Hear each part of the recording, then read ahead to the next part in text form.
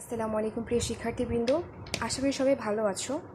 আজকে আমাদের আলোচনার টপিকটি হচ্ছে মেডিকেল অ্যাডমিশন টেস্ট অর্থাৎ ম্যাট্রিক 2018-19 কোশ্চেন সলভ।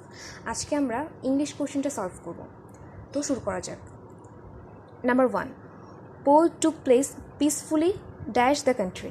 এখানে এ আছে into, B across, C for, D besides. এখানে ইনটু হবে না, কারণ এটা অ্যাপ্রোপ্রিয়েট প্রিপোজিশনে টু প্লেসের পরে বসবে না। ফর অর্থ জন্য, এখানে পিসফুলি কান্ট্রির জন্য, এটা কোনো অর্থবোধক সেন্টেন্স হয় না। বিসাইডস অর্থ পাশে, এটাও হয় না।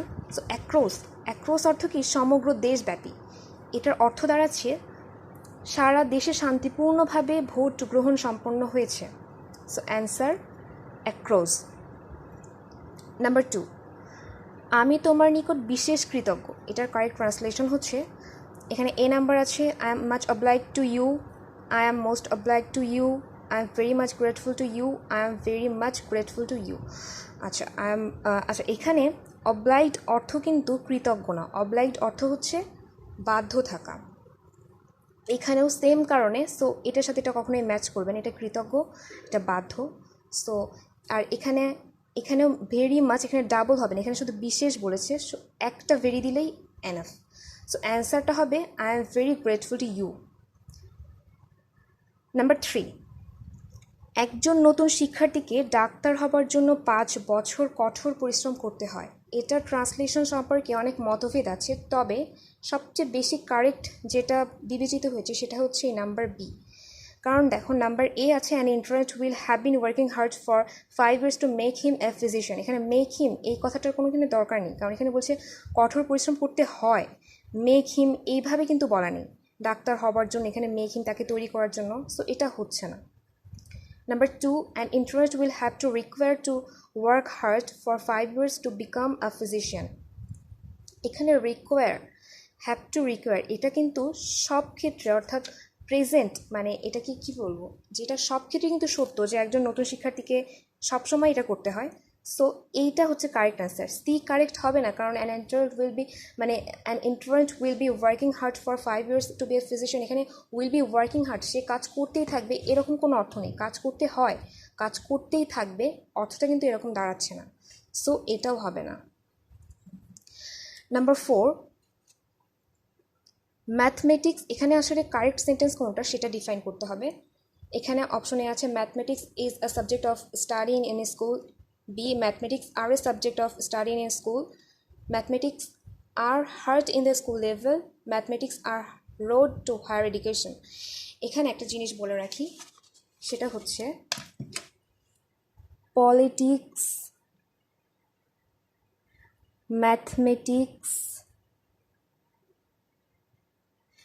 ফিজিক্স, ইকোনমিক্স, নিউজ এটসেট্রা, এইগুলোর শেষে এস আছে। এরা দেখতে প্লুরাল, কিন্তু এরা আসলে সিঙ্গুলার, এদের কোনো প্লুরাল ফর্ম নেই। এরা কিন্তু দেখতে প্লুরাল হলেও এরা আসলে সিঙ্গুলার। শেষে এস দেখে তোমরা বিভ্রান্ত হবে না যে এটা একটা প্লুরাল, এটা প্লুরাল ফর্ম না, এটা একটা সিঙ্গুলার ফর্ম। সো আর আমরা কি জানি যে সিঙ্গুলারের পরে ইজ বসে, এটা তো আমরা সবাই ক্লিয়ার। সো এখানে দেখো বাকি 3টা অপশনে আর আছে, আর আর আর। সো এই 3টা অপশন একটাও হবে না, হবে হচ্ছে ইজ, কারণ mathematics is a singular, so singular noun. So এখানে আর হবে না, এখানে ইজ হবে। নাম্বার 5-এ আছে অ্যান্টোনিম অফ ওয়েল ম্যানার্ড ইজ। এখানে ফার্স্টে আছে কার্টিয়াস, বি সেজি, সি ডেকোরাস, ডি হচ্ছে চিভালরাস। সো এখানে ওয়েল ম্যানার্ড এই কথাটার অর্থ হচ্ছে, ওয়েল ম্যানার্ড অর্থ আচারনিষ্ঠ বা আচরণপ্রিয়, বা যে ভালো আচরণ করে, মানে ভালো আচরণ জানে বা ভালো আচরণ সমৃদ্ধ।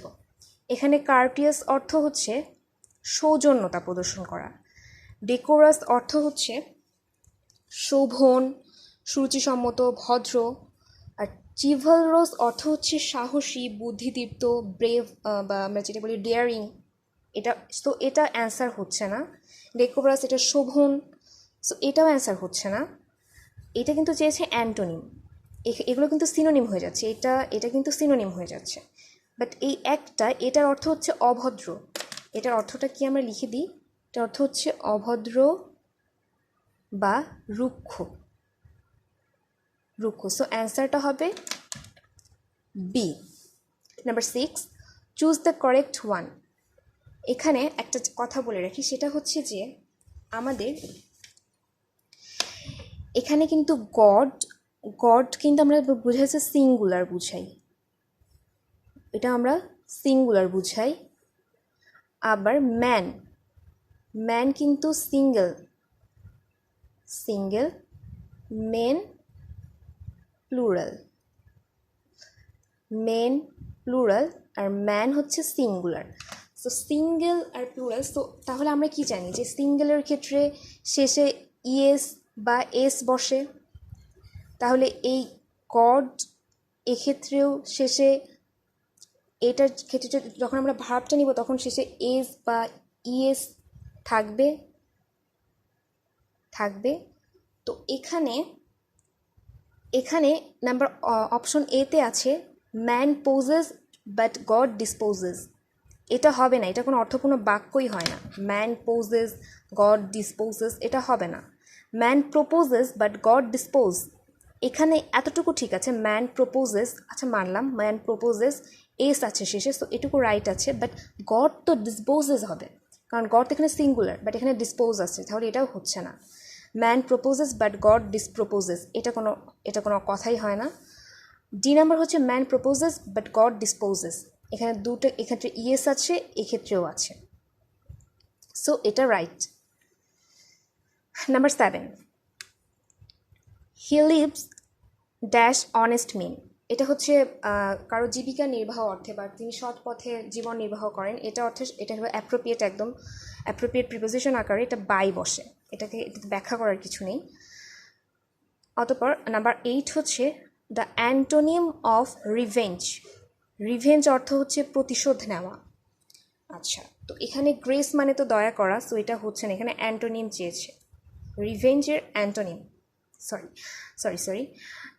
অ্যান্টোনিম চেয়েছে র্যাথ মানে হচ্ছে ক্রোধ, রাগ, ইরিটেশন বা স্প্লিন বা ডিসপ্লেজার। পেনাল্টি মানে হচ্ছে দণ্ড বা শাস্তি, জরিমানা করা, এটা। রিপ্রাইজাল অর্থ হচ্ছে প্রতিশোধ গ্রহণ করা বা প্রতিহিংসা পরায়ণ, এই অর্থে রিপ্রাইজাল বসে। তো এই সবগুলোই কিন্তু রিভেঞ্জের সিনোনিম হয়ে যাচ্ছে। একমাত্র গ্রেস মানে দয়া করা বা অনুগ্রহ দেখানো, এটা কিন্তু একমাত্র অ্যান্টোনিম অফ রিভেঞ্জ। সো অ্যান্সারটা হবে এ। নাম্বার 8 হচ্ছে সিনোনিম অফ এক্সস্টেড অর্থ কি?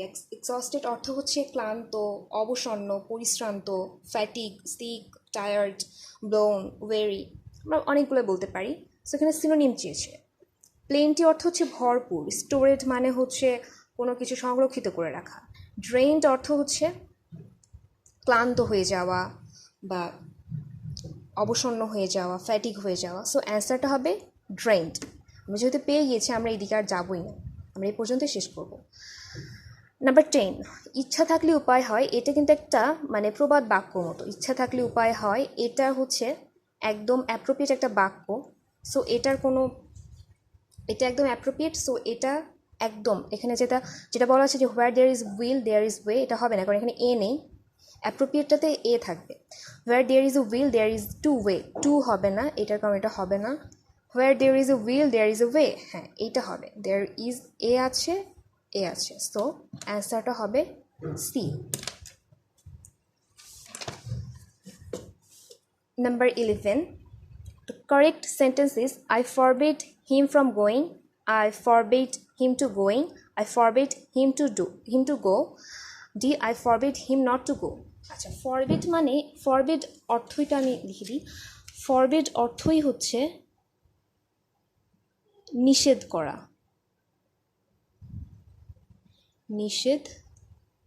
করা, তো তো এখানে এই ডি নাম্বারটা হবে না, কারণ হিম নট টু গো, এটা নট টু গো এই ফরবিডটা মানে আমি সেটাই বলেছি। সো এটা কখনোই, এটা কারেক্ট সেন্টেন্স এটা কখনোই হয়নি, এটা কাটা।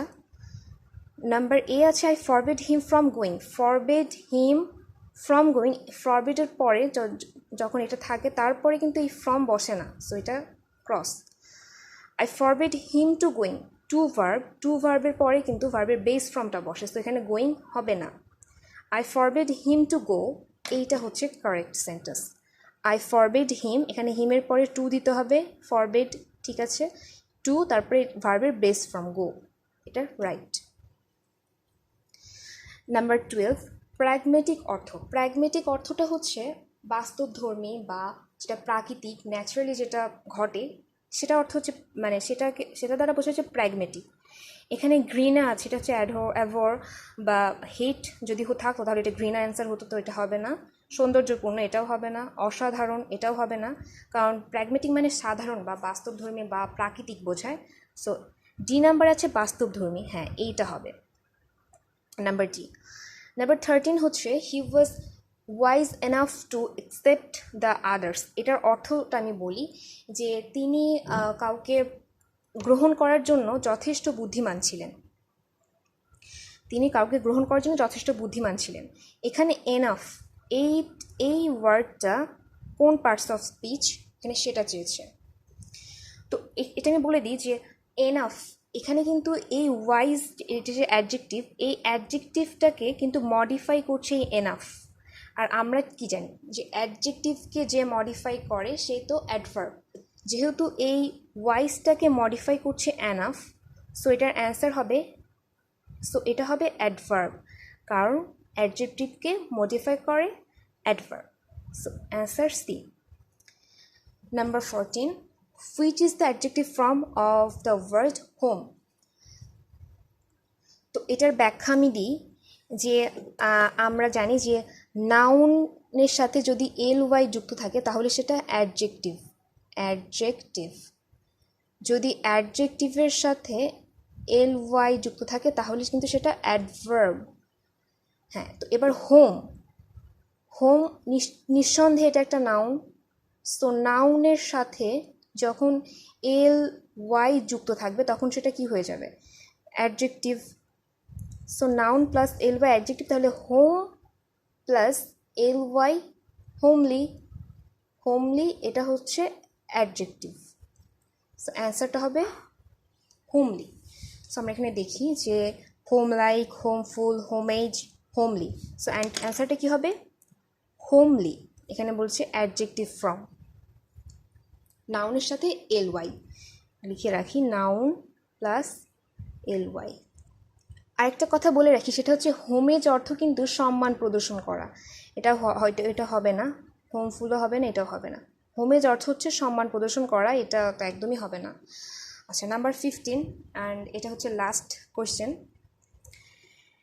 এখানে হচ্ছে চুজ দ্য কারেক্ট সেন্টেন্স বলেছে হচ্ছে I have been lived here since 5 years, I am living here for years, I have been living here for 5 years, I live here for 5 years। এখানে ফার্স্টের সেন্টেন্সটা হবে না, কারণ এখানে I have been lived here since 5 years, এটার সাথে since তো যায় না, সিন্স 5 years। সিন্স অর্থ কি, সিন্সটা হচ্ছে, আমি এখানে ব্যাখ্যা করে দিচ্ছি, সিন্সটা বোঝায় হচ্ছে পয়েন্ট অফ টাইম, আর ফরতে বোঝায় হচ্ছে পিরিয়ড অফ টাইম। এখানে কিন্তু বলছে যে সে 5 বছর ধরে এখানে বাস করছে 5 বছর ধরে। যদি সিন্স, তাহলে ওটা অর্থ দাঁড়ায় 5 বছর হতে, এটা কোনো অর্থবোধক সেন্টেন্স হয় না। যদি এখানে বলতো যে সিন্স 2009 বা সিন্স 2012, তাহলে কিন্তু এখানে সিন্সটা কারেক্ট হতো, কিন্তু এখানে বলছে 5 years, আমি 5 বছর যাবত, অর্থাৎ এখানে পিরিয়ড অফ টাইমের ক্ষেত্রে ফর বসে, তাই এই সেন্টেন্সটা এটা হচ্ছে না। I am living here for years, এটা তো কোনো সেন্টেন্সই হচ্ছে না। I have been living here for 5 years, এটা কিন্তু একটা অ্যাপ্রোপ্রিয়েট সেন্টেন্স হচ্ছে, কারণ এখানে আই হ্যাভ বিন লিভিং, এখানে হচ্ছে প্রেজেন্ট পারফেক্ট কন্টিনিউয়াস টেন্স। আমরা স্ট্রাকচার দেখেই বুঝতে পারছি যে হ্যাভ বিন প্লাস এখানে যে কন্টিনিউয়াস করে ফেলেছে, কন্টিনিউয়াস দিয়ে, তাহলে হচ্ছে এটা প্রেজেন্ট পারফেক্ট কন্টিনিউয়াস। সো এখানে হেয়ার ফর দিয়েছে ফর 5 ইয়ার্স, এখানে যদি সিন্স 5 ইয়ার্স দিত তাহলে এটা আবারও কাটা যেত। সো এটা রাইট অ্যান্সার। তো প্রিয় শিক্ষার্থীরা, আজকের মতো এ পর্যন্তই। আবার দেখা হবে অন্য কোনো টপিক নিয়ে অন্য কোনো ভিডিওতে। ততদিন সবাই ভালো থাকবে, সুস্থ থাকবে এই কামনায়। সবাইকে আবারও আসসালামু আলাইকুম।